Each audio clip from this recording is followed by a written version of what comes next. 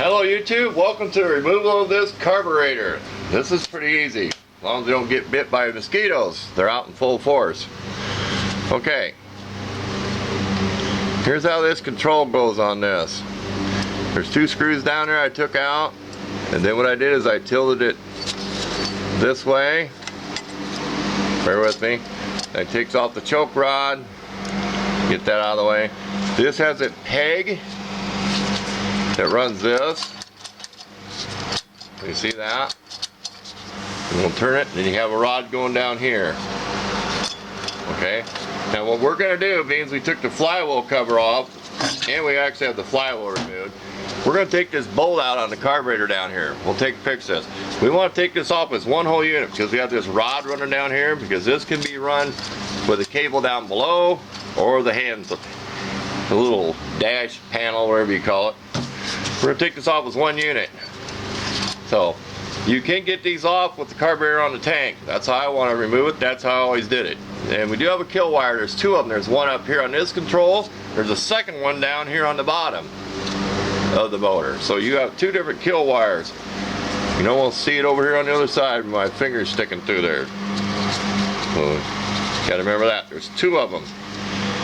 Okay, I'll snap a picture of this once means this is out of the way, and you'll be able to see that picture. Then it'll be on to just remember where this rod goes here to the governor, and where this spring goes, and this bracket that bolts here. So I'll snap a photo of that. That way we'll have a better picture of this in case I mess up putting it together. So, on with the show. Okay, we'll try to do this freehand here. We got this loose. Snap the picture rims on it, and see, you can get your fingers right in here, and I got big hands. So it's worth it to take the top off if you're going to work on it. And it wouldn't hurt to take your flywheel off, everything, inspect your flywheel key and stuff like that. There you go. I know they tell you got to put the, I've watched videos, you have to put the carburetor on in the tank. Baloney. Rip it down so you can get to it.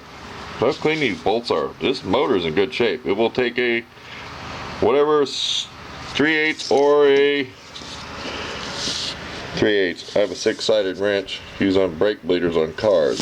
Don't get off the subject. So, or a Torx. Okay, we're gonna take this one out, and this will come off.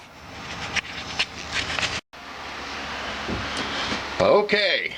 We had a bolt on the bottom, down there on the bracket. We left the bolt on the top, and we took a picture where we drove a putty knife in there, because it was stuck good. That way everything wouldn't fall. Okay, wish me luck on this part. Okay, let's take our spring off here. Let's tilt this. Hope I don't have to do this off camera.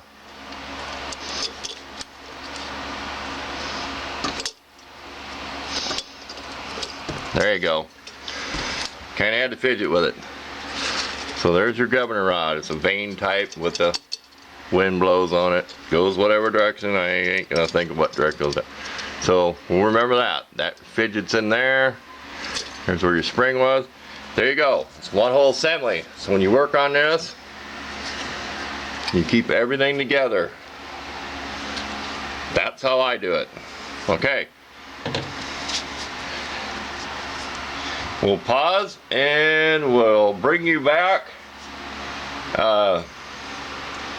When we disassemble the carburetor, I think this will just be one part, removal of the carburetor. We'll bring you back for another video for when I disassemble it.